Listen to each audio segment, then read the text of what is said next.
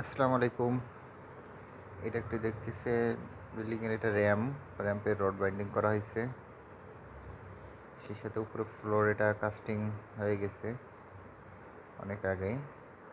এখন শুধু রড রাখা হয়েছিল, সেই অনুসারে র্যাম্পের রড বাইন্ডিং করা হয়েছে। ভালো আকারে স্লোপ দেওয়া হয়েছে। এটা লরি বা অন্যান্য কিছু উঠবে, বিভিন্ন ধরনের ফ্যাক্টরি বিল্ডিং এর। তার সাথে এখানে বড় একটি স্পেস, এখানে ট্রাকের আনলোড পয়েন্ট। এটা আপনারা দেখছেন রড বাইন্ডিং, এখানে ডাবল জালি রড ব্যবহার করা হয়েছে। এখানে রডের পাশটা দেওয়া আছে, এখানে 7 ফিট দেওয়া আছে।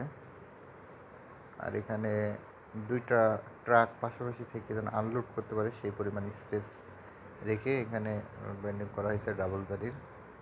এবং রডের স্পেসিং হয়েছে 6 ইঞ্চি সেন্টার টু সেন্টার ডাবল জালির এটা ব্যবহার হয়েছে। এবং রড হয়েছে এখানে 12 মিলি রড ব্যবহার করা হয়েছে। 12 মিলি রড ব্যবহার করা হয়েছে। 12 মিলি রডের এখনও চেয়ার দিয়ে কমপ্লিট করা হয়নি। এখানে বাইন্ডিংয়ের কাজ চলছে, সম্পূর্ণ এখনো কাজ শেষ হয় নাই।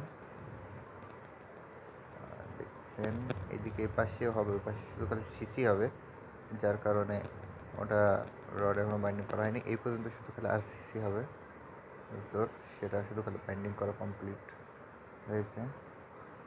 এই পাশে ড্রেন এর ব্যবস্থা, যার কারণে ফাঁকা রাখা হয়েছে, ড্রেনের সাথে মেলানো হবে।